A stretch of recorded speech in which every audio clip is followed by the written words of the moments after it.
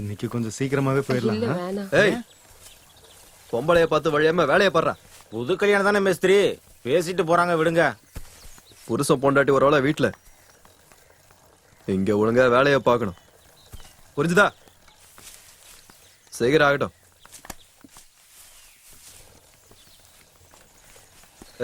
இது கொண்டாங்க போய். மேஸ்திரிக்கு மனசுல முதலாளின்னு நினைப்பு. நம்ம இங்க சரியில்லைங்கிறதுனால தானே அவன் இங்க அதிகாரம் பண்ணிட்டு இருக்கிறான். ஒழுங்கா போய் வேலையா பாரு, இல்லன்னா அவன் அசிங்க அசிங்கமா திட்டுவான்.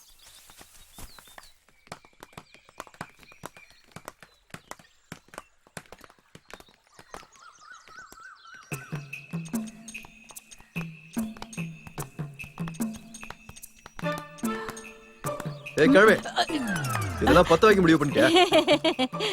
சும்மா ஒரு ஜாலிக்காக போய் வேலைய பாரு. இதோ போறேன். இல்லனாலும் திருட்டுத்தனமா வேலை செய்யாம நான் எங்கேயும் உட்கார மாட்டேன். என்ன பத்தி தெரியாது உங்களுக்கு. என்ன ஆளுடா இவரு, நிம்மதியா ஒரு பீடிய கூட புடிக்க விட மாட்டேங்கிறானே. நல்லா வருது என் வாயில.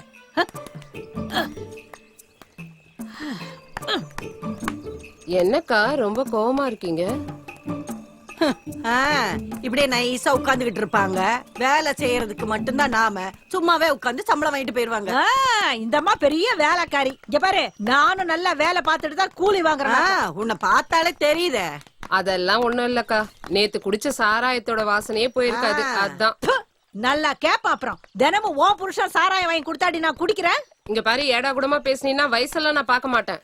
நீ வேற சும்மா பேசிட்டு இருக்க. போய் மூஞ்சிலேயே ரெண்டு போடு. செய்யணும். வாடி, வா, எழுந்து வா. வாடி, மண்டைய உடைக்கிறேன். வாடி, வா சொல்றேன். ஏய், என்னங்க பிரச்சனை? என்ன பார்த்தாலே இவங்களுக்கு என்னமோ நாக்கெல்லாம் நமனமான அரிக்குது போல இருக்கு. உனக்கு கொண்டு போட்டுருவோம் பாத்துக்க. பேசாம இருந்து ஒழுங்கா வேலையை பாரு. சத்தம் கிட்ட போட்டீங்கன்னா செவுல பேத்து விட்டுருவேன். அப்படி சொல்லுங்க மேஸ்திரி. சும்மா மத்தவங்கள பத்தி குறை சொல்லியே ஒரு வேலையும் செய்யாம இவளுங்க கூலி வாங்குறாங்க. போதும் போதும், நான் சொன்னது உனக்கெல்லாம் சேர்த்துதான். எங்க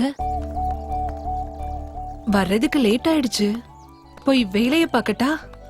இதுவே ஒரு பழக்கம்னா கஷ்டம்தான். நின்னு சின்னங்காம போடி. அதென்ன மேஸ்திரி, இவளுக்கு மட்டும் புதுசு புதுசா சட்டம் போடுறீங்க? அம்மா மாதிரி தானே பொண்ணு இருப்பா. ஆம்பளைங்களை மயக்க சொல்லியா தரணும்? ஆமாண்டி, என் பொண்ணு அப்படித்தான். அவளுக்கு நல்ல கலர் இருக்கு, திறமை இருக்கு. அத பார்த்து நீ போறாம போட்டு என்ன பண்ண போற? அதுவும் இந்த வயசுல இவ கண்ணை புடுங்கி உழப்புல போட.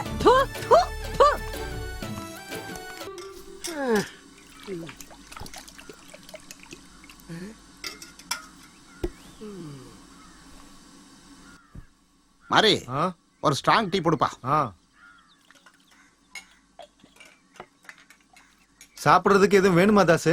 எனக்கு சும்மா கொடுத்தா வேணா நான் சாப்பிட்றேன். மற்றபடி என்கிட்ட காசு எதுவும் கிடையாது. ஓ, முதலாளி கிட்ட வால் மாதிரி சுத்திட்டு இருக்க, உங்ககிட்ட காசு இல்லையா? திறமசாலியா இருந்தா நீ சொல்றது சரி, எனக்கு தான் எந்த திறமையும் கிடையாது. நான் ஒரு அப்பாவி. அப்ப காசு இருக்கவன்ட்ட வாங்கி தர சொல்றா. அதுக்கு ஒரு கொடுப்பனை வேணும். கடைசியில முதலாளி பிச்சை எடுக்காம இருந்தா ரொம்ப சந்தோஷம்.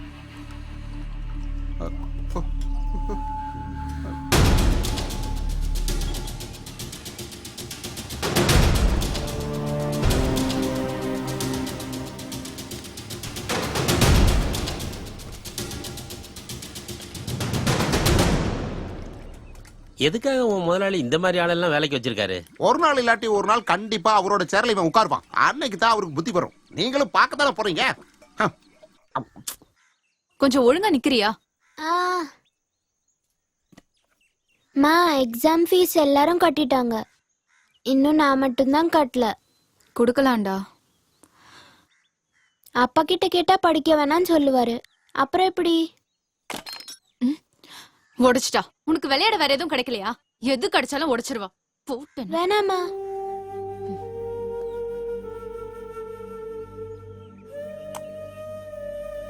அதை எடுக்கிறேன்னு இப்ப கையை கிழிச்சுப்ப. விடு அது. இன்னைக்கு ஃபீஸ் கட்டலன்னா பரீட்சை எழுத விட மாட்டாங்க டீச்சர் சொன்னாங்க. நான் பரீட்சை எழுதணும்மா. நீ கவலைப்படாத, அம்மா இப்ப வந்துடுறேன்.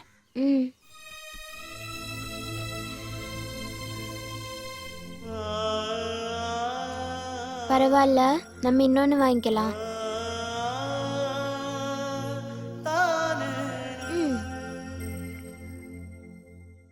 நீ என்னடா கொண்டு வந்திருக்க? நகை ஏதாவது இருக்கா? கொஞ்சம் நகை இருக்கு. எடு எடு. இவ்வளவுதான் இருக்கா? ம். ம். ஒரு 80 ரூபா தர. ஒரு 100 ரூபாயாச்சும் தாங்க முதலாளி. அதுவே ஜாஸ்தி தான். இத நான் வாங்கி வைக்கிறது உன் மேல நம்பிக்கை இல்லாம இல்ல, ஒரு நம்பிக்கைக்கு, அவ்வளவுதான். தெரியும். அப்புறம் சொன்ன நேரத்துல காசை திருப்பி கொடுக்கணும். மாசம் மாசம் வட்டியை கரெக்டா கொண்டாந்து கொடுத்துடணும். நிச்சயமா தந்துருவேன். உனக்கு நல்லது. காசு வாங்கும் போது எல்லாரும் இதுதான் சொல்லுவாங்க. அப்புறம் வட்டி எப்பவும் கரெக்டா வந்துடணும். புரிஞ்சது இல்ல? அப்ப கிளம்பு. ஓ வந்துட்டியா? உன்னை காணமேன்னு நினைச்சிட்டே இருந்தேன். கொஞ்சம் ஊறுகாய் போட்டுட்டு இருக்கேன், அவருக்கு ரொம்ப பிடிக்கும். உன் பொண்ணு ஸ்கூலுக்கு போயிட்டாளா? அவ கண்டிப்பா நல்லா படிக்கணும். அவளாலதான் உனக்கு ஏதாவது ஒரு நல்லது நடக்கும். கனகாக்கு எக்ஸாம் ஃபீஸ் கட்டுறதுக்கு கடைசி நாள் இன்னைக்குதான். அவங்க அப்பா கிட்ட கேக்குறதுக்கு நான் மறந்துட்டேன். நல்ல விஷயம். கேட்ட உடனே கொடுத்துருவோம் பாரு. தண்ணி அடிக்கிறதுக்கே அந்த பாவிக்கு காசு பத்தாது. உங்களால முடிஞ்சா உதவி செய்றீங்களா? என்கிட்ட எங்க காசெல்லாம் இருக்கு. தண்டபாணி சார் கிட்ட கேட்டு பாக்குறீங்களா? 10 காசு சும்மா யாருக்கும் தரமாட்டாரு. அது மட்டும் இல்ல, நீ ஏற்கனவே வாங்கின காசை திருப்பி கொடுக்கலன்னு சொல்லிக்கிட்டே இருக்காரு. சரி இங்க நில்ல, பிள்ளையோட படிப்புக்கு தானே. நான் உள்ள இருக்கான்னு பாக்குறேன்.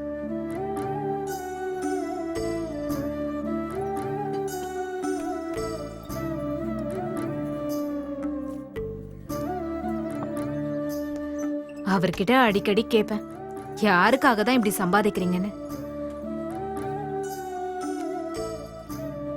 இதையெல்லாம் அனுபவிக்கிறதுக்கு ஒரு குழந்தை எங்களுக்கு இல்ல. குழந்தைங்க விஷயத்திலயாவது கொஞ்சம் அக்கறையோட இருக்கணும்னு கார்த்திக் கிட்ட சொல்லலாம்ல. ஓரளவுக்காவது கொஞ்சம் தைரியமா பேச. சரி நான் வரேன்க்கா.